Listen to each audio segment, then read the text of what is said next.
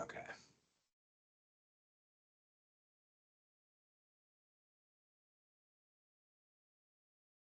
So today we're covering more forecasting. Got a little bit different flavor in this one. Sourcing and supply strategies based on forecasted data. You got spot buying, which is basically just buying on the open market. Why they gotta call it the spot market, I have no idea, but that's what it is. Just going out and buying the stuff. Buying to requirements, which is basically buying to whatever MRP tells you to do. I think we guarantee the first 30 days of our EDI feed. Forward buying, more of a product, buying more of a product than is required at the time. Basically, you're expecting shortages, fast rising inflation or strikes or something like that. So you're building a bank. That's forward buying, is building a bank. And then speculative buying, you're just buying more than you need with the intention of reselling it at a profit.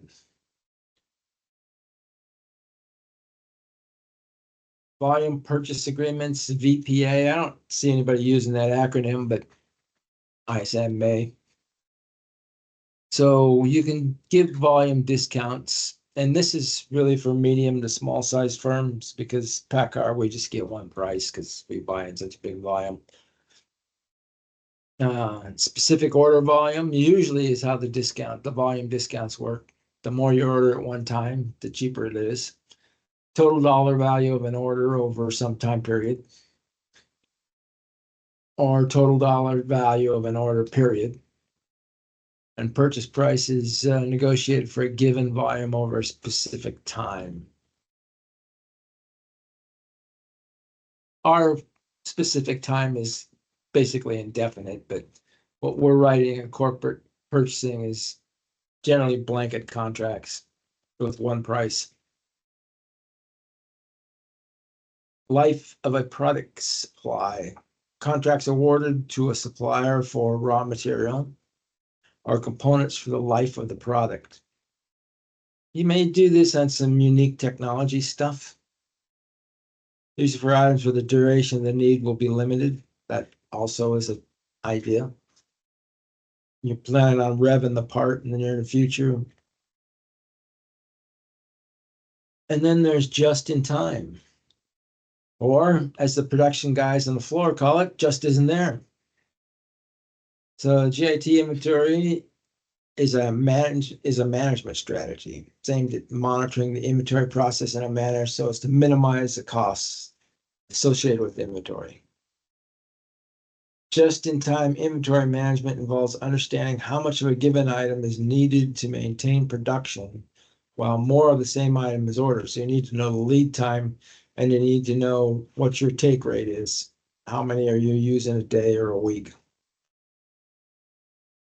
And it's necessary to know how long it will take for the item to be shipped, otherwise known as lead time, from the supplier to your facility. The anticipated usage of the item must be determined. How much of the item are you going to use while you're waiting on the parts?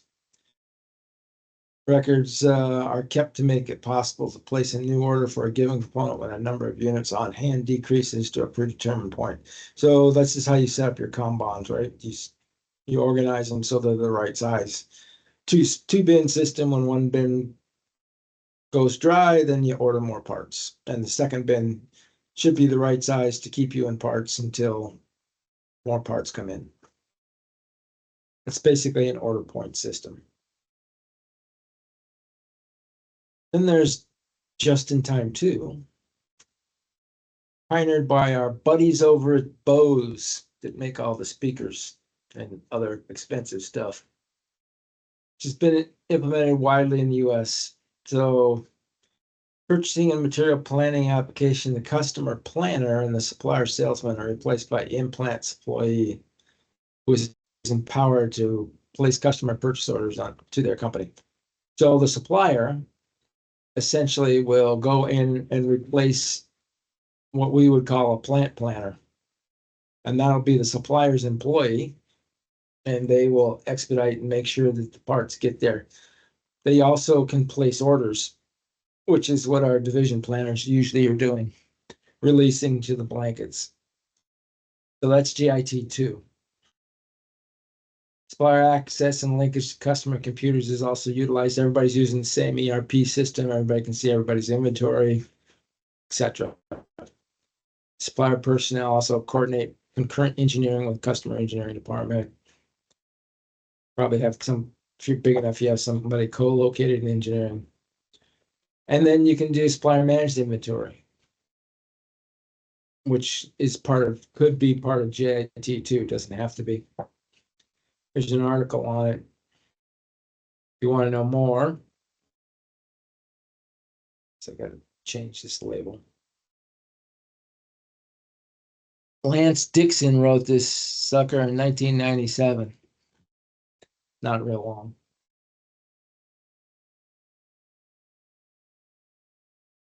More buying strategies. Consignment agreement to stock goods at a buyer's location, but they remain the property of the supplier until they're sold or used. Without supplier personnel on site, such as JIT2, this strategy usually leads to large inventory shrinkage that the supplier has to write down.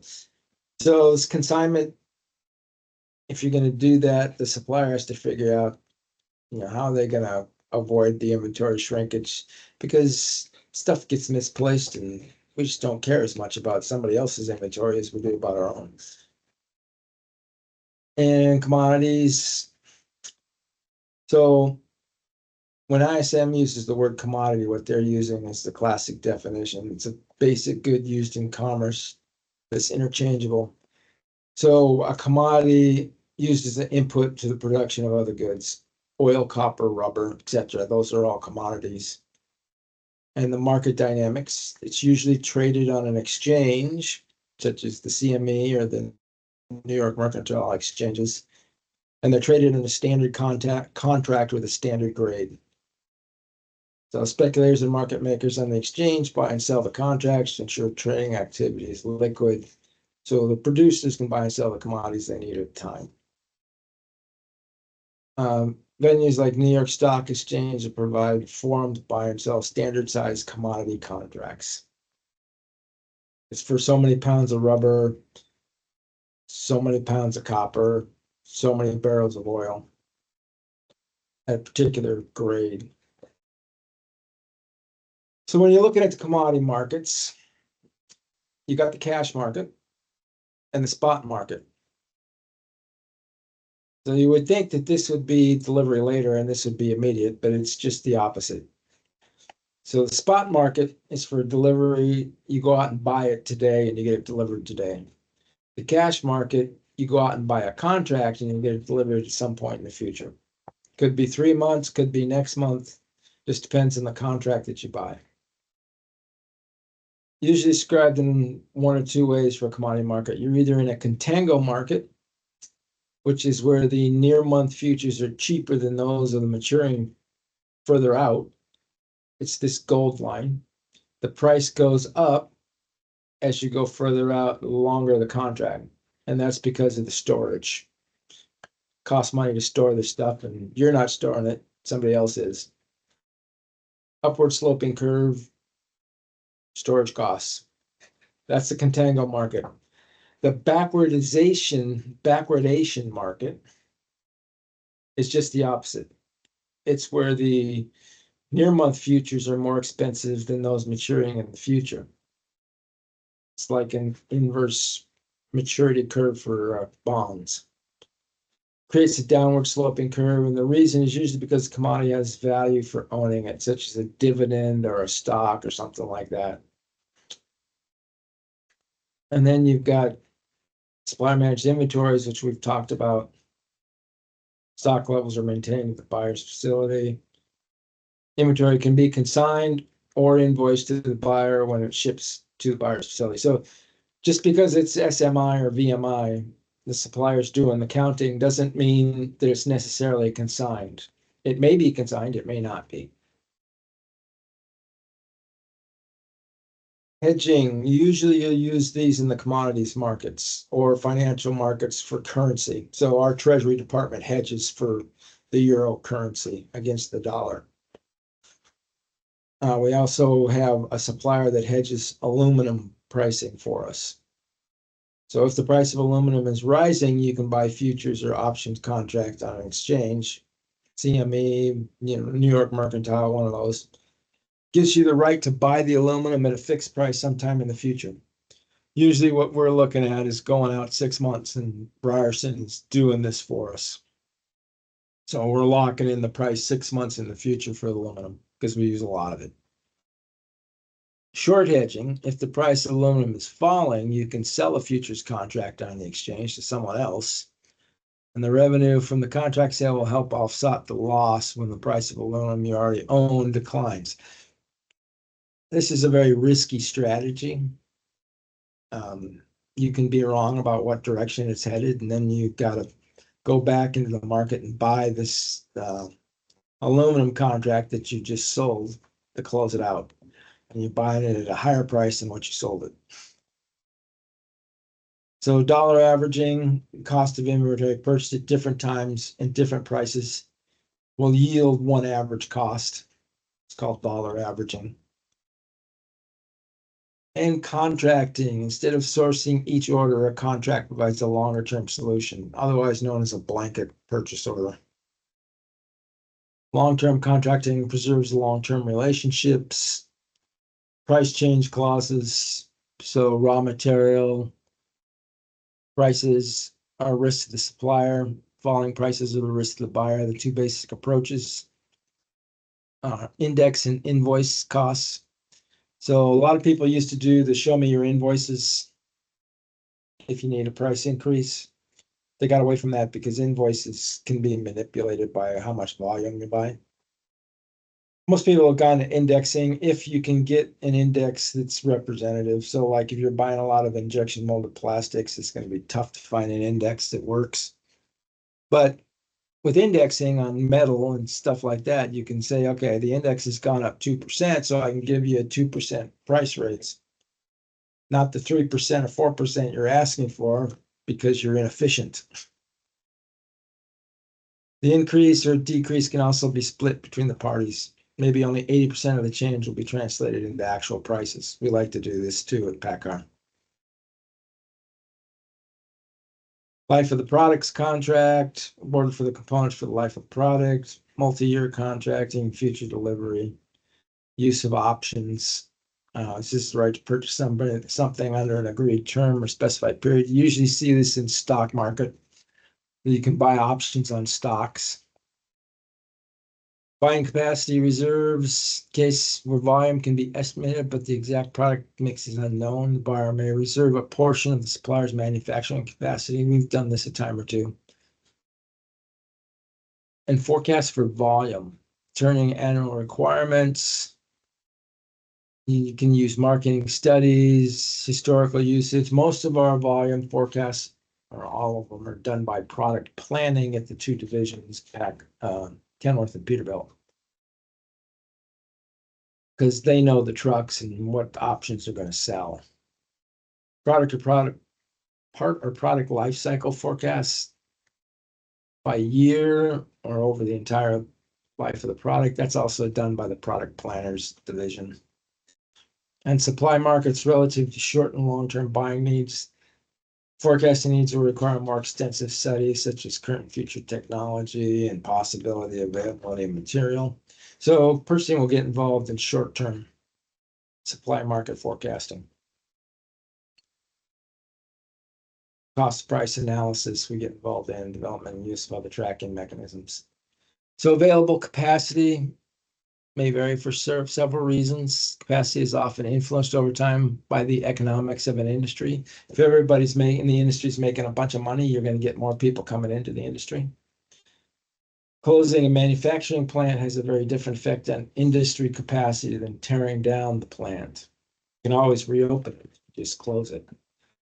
Understand what available capacity each of your suppliers has at any point in the economic cycle. And we do a lot of work to try and figure out what our supply-based capacity is. Sourcing methods.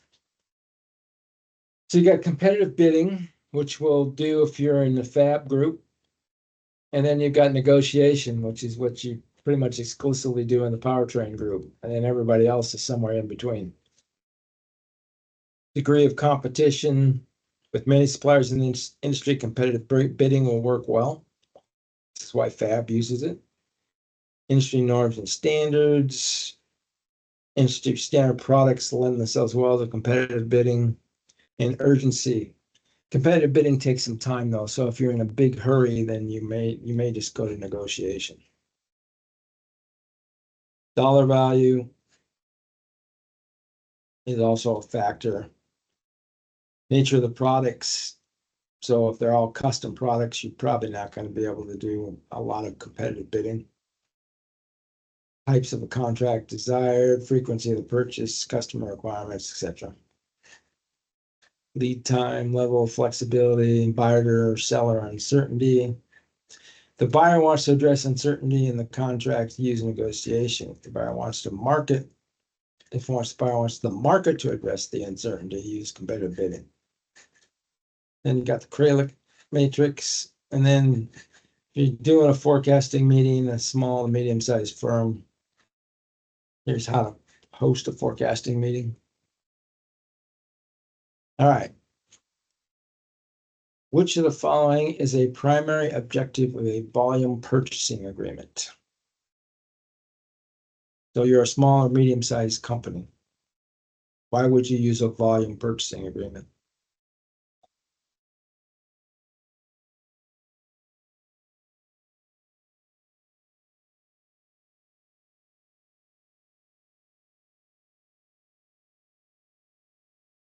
Bravo. You know, C is not right. B doesn't look right. So at least it's A or D. I feel like it's A. Yeah. Let's see what these guys say. A it is.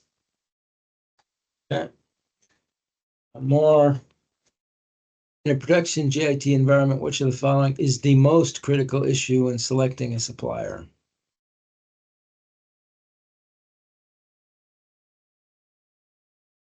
This one's not too hard. What do you got to have if you're going to do JIT?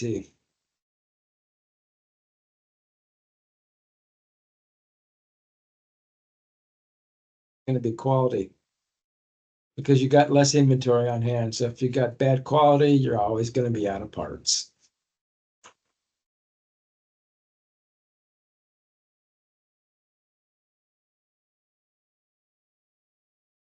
Yep, quality. You have to have good parts to do JIT successfully. All right, there's 9 questions out there. Oh, and there's also another case study if you want to do that. So get through as many as you can. We'll cover the answers at about 2:28.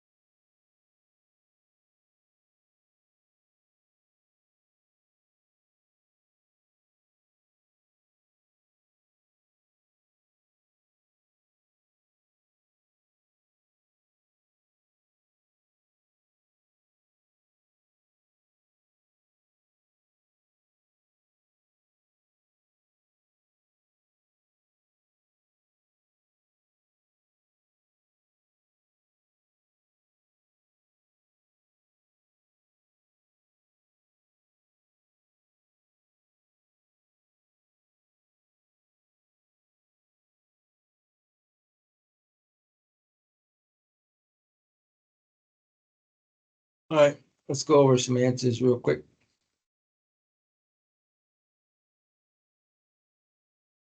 Number one is Bravo. Forward buying. Buying above requirements, but not reselling it. Two is Alpha. Buying to requirements, is buying to MRP. Three is Charlie. We didn't cover hand to mouth, but kind of self-explanatory. Nobody I've ever heard uses that term, but okay. Four is Bravo. Elimination of waste and costs throughout the supply chain is the core of JIT philosophy. Five is Bravo. Also, this is a kind of a weird question, but they say because fixed quantities may not meet actual production needs and can result in either excess stock or carrying costs or shortages could disrupt production flow. Yes, but usually in a Kanban system, you're ordering fixed quantities. You make the Kanban the right size. So anyway, that's their answer. Six is Charlie. Producer that reduced the capacity dramatically, selling a plant versus shutting one down will have less ability to respond. Seven is also Charlie. JT is defined as stationing of two, is defined as stationing of a supplier representative inside buyer's facility. Eight is also Charlie. Statistical process control is not part of the purchasing process. Our sourcing policy. And nine is also Charlie. New homes are a major market for new carpet. So there's probably a good correlation between the two. All right, so tomorrow I gotta go to the dentist again. So I will be putting this out on the chat. You got these YouTube videos here. There's one on each of these 4 pages.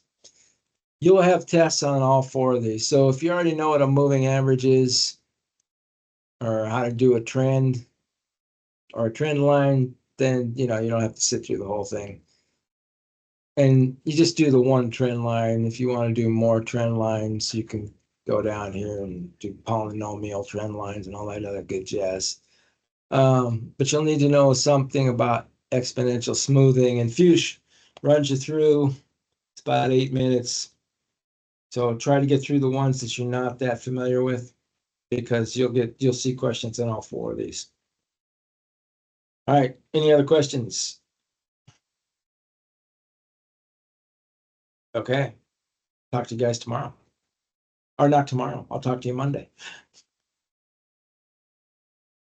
Thanks, Rick. All right.